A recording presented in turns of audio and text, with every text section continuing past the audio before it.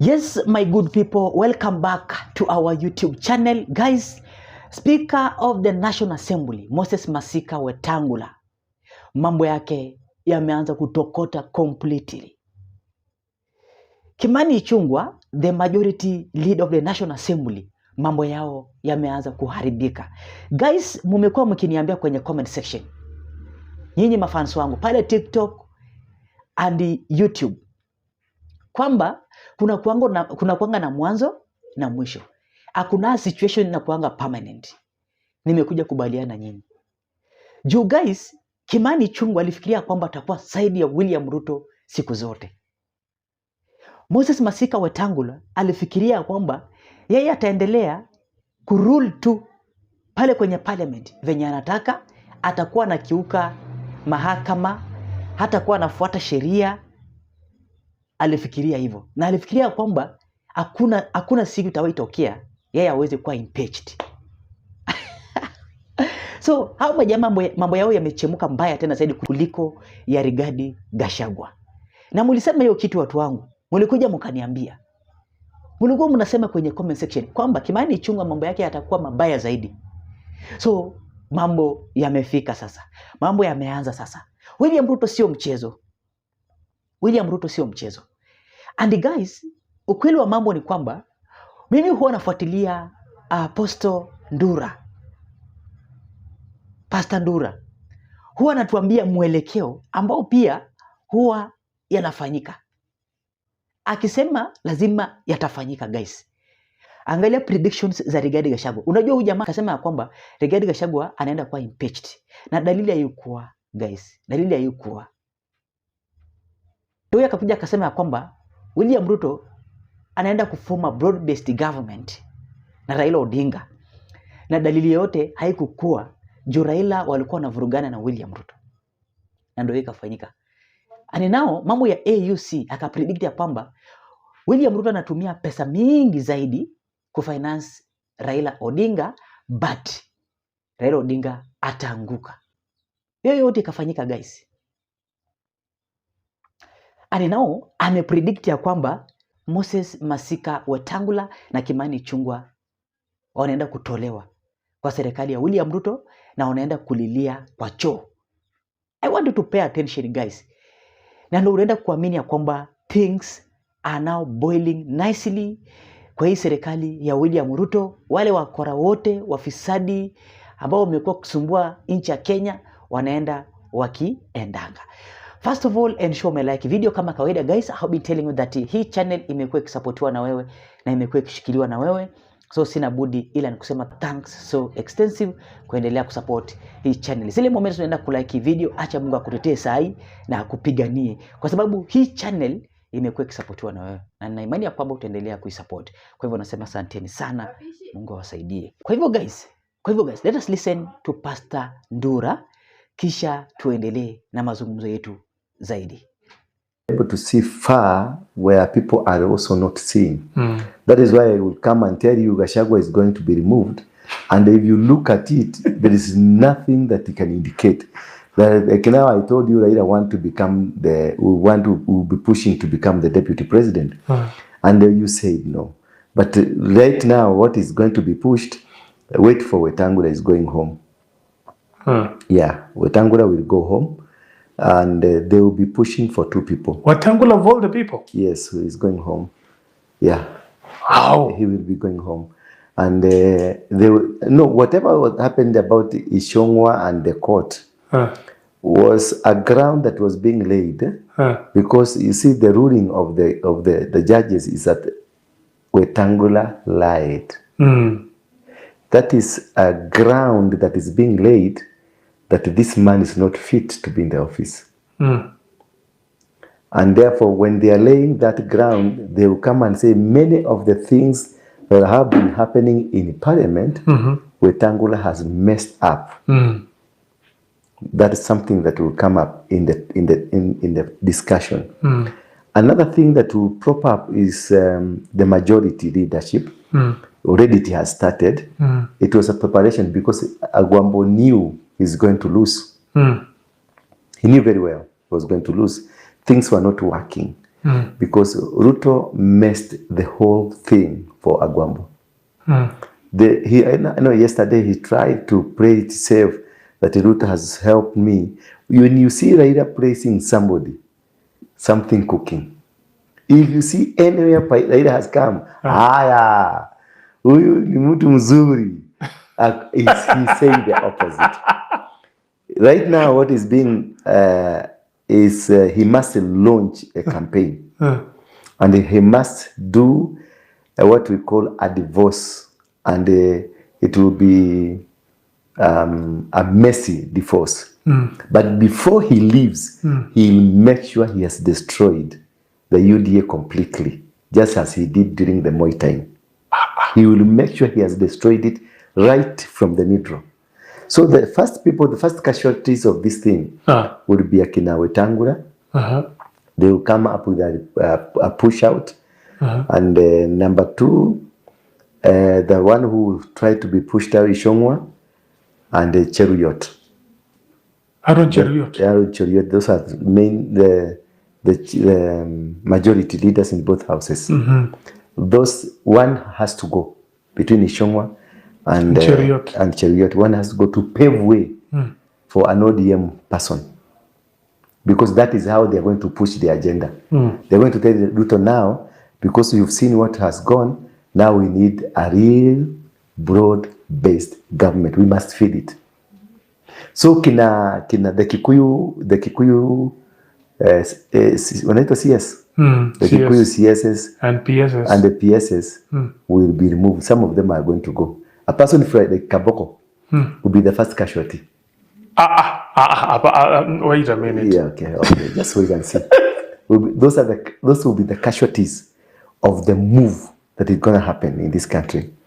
And this one will push, will really push such that it will be like a warfare, because they want to do two things. Yeah. To kill two birds with one stone. They want to take as much money as they can and destroy the government of Ruto as much as they can. So as they will be pushing the agenda, someone else will be talking to Ruto to patia watu kitu wanyamaza. So as they push this, somebody is doing. So they won't do it once. They will do it as they are reaping, as they are destroying. They are reaping, they are destroying. That will be the tactical arrangement that they will do from now henceforth. And this is what the secretariat is being formed now. And once the formation of secretariat is on course, sasa ndio utaanza kusikia demands. You will hear Junet will become so strong.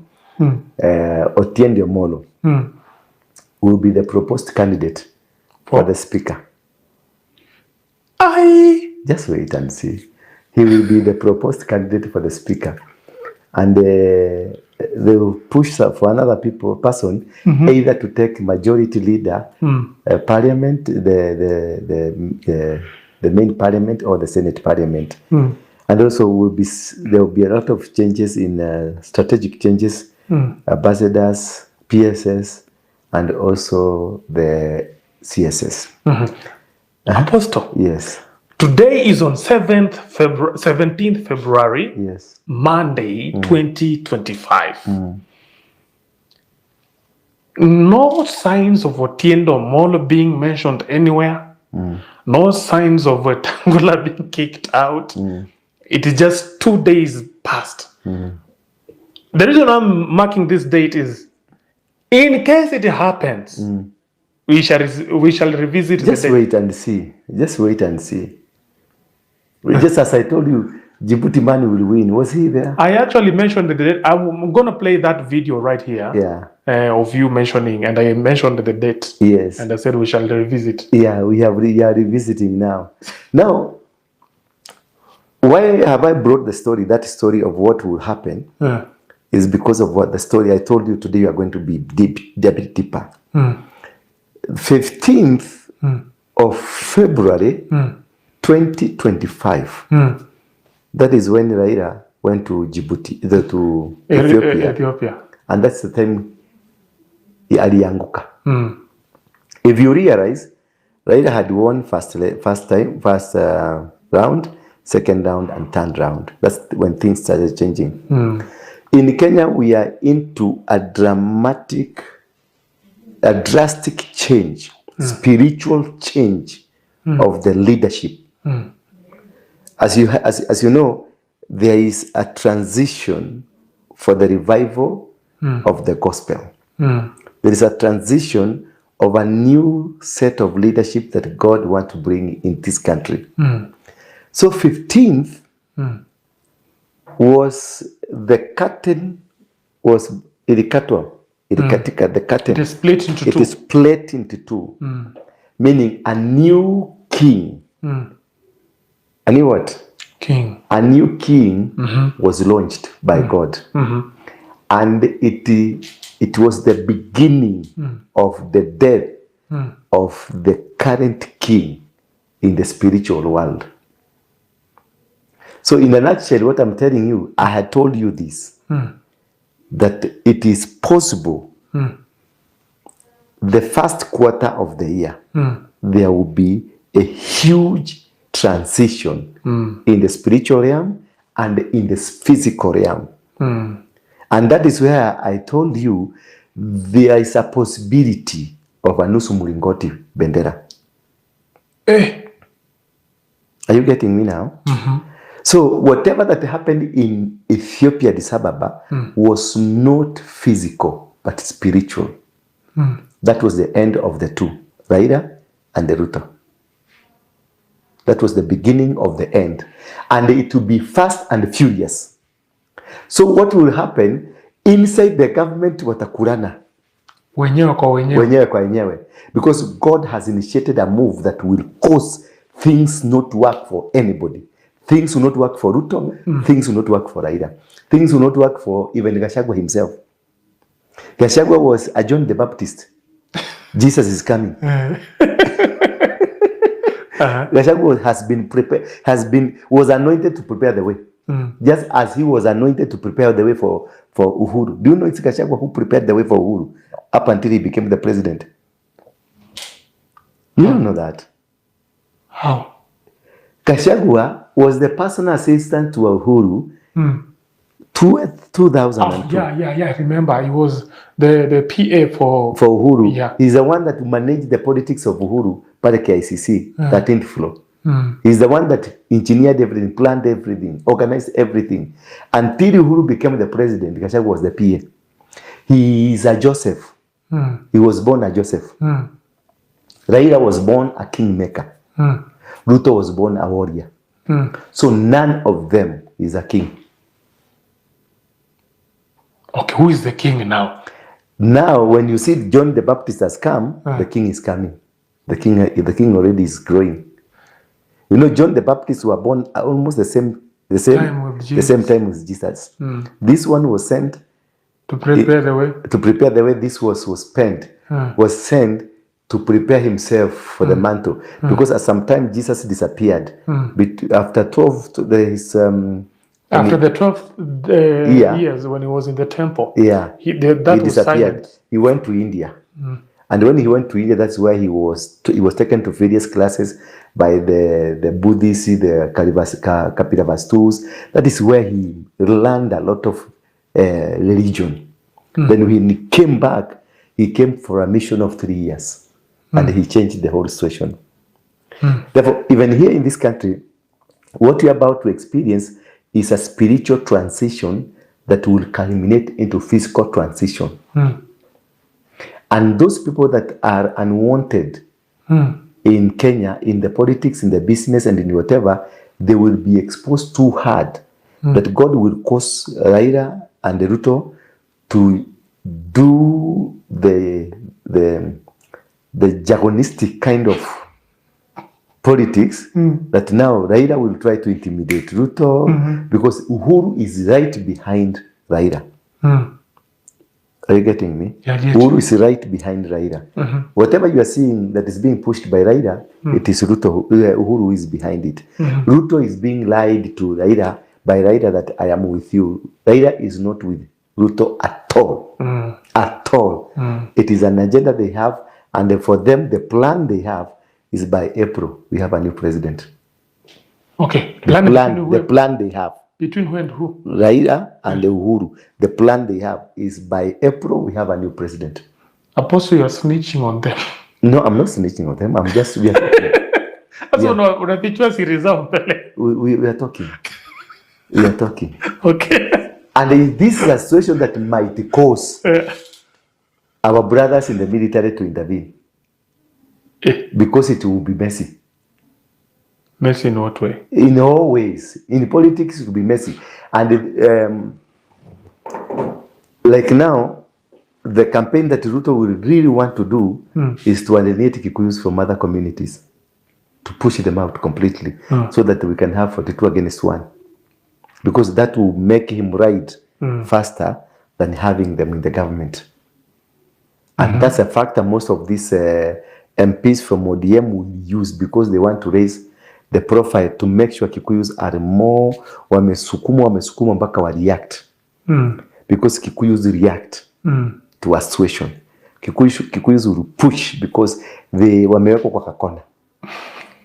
Umeona? And kina Raila, they know that. Kina Uhuru, they know that. Uhuru has lost much stature because of Ruto going to his home, and the Kikuyus, and then kina Motahi Kagwe came in, Kavoko came in, Lee Kenyanji came, and these are people close to Uhuru. So interpretation was Uhuru has sent his troops. So in the Kikuyu land, he has lost it a little bit, meaning what they will do, they will cause a situation where Kikuyus will come back to them. And by causing a situation where Kikuyus goes back to Uhuru, is that they are going to use Ruto.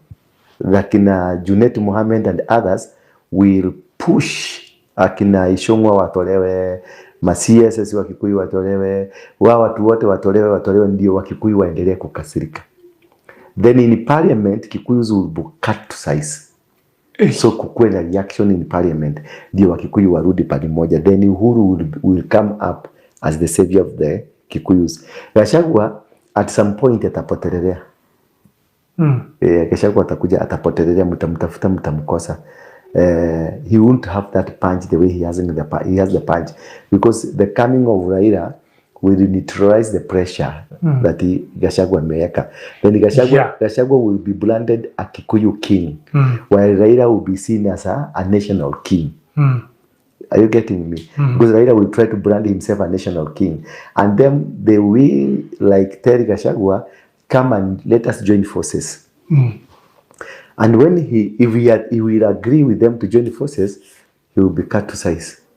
Now this Raila axis will be able to itapiga pande ya Ruto na itapiga pande ya Gachagua. Then he will be left alone to destroy the whole temple. Because theirs is to make sure that Ruto does not come again 2027. And also to make sure that the political structures as of now are completely destroyed. Therefore, but all these, I'm looking at them from perspective of being a man of God, a preacher for that matter, an apostle for that matter, a preacher for the gospel, and a preacher who is really focused on the revival of the gospel. You saw some previous times, Akina Benhin came, a lot of Nigeria pastors came, American pastors came. It is because they could feel there is a wind of the revival in this country. That is why all these men were sent by God to come and prepare the ground, make Kenya fertile ground for the revival to germinate. Therefore now, who will be an objection to the revival of God? One person who would be a serious objection to the revival of God, one is Uhuru Kenyatta, number 2 is Raila, and number 3 is Ruto. Remember, all of them, in one way or the other one, they are members of the Freemason. Members of the Freemason are against anything that is of revival, anything that can bring order of God in this world, because they belong to the one world order. When Ruto went to the American, you see what he really wanted to push is to push for the American agenda to be through Kenya, using the former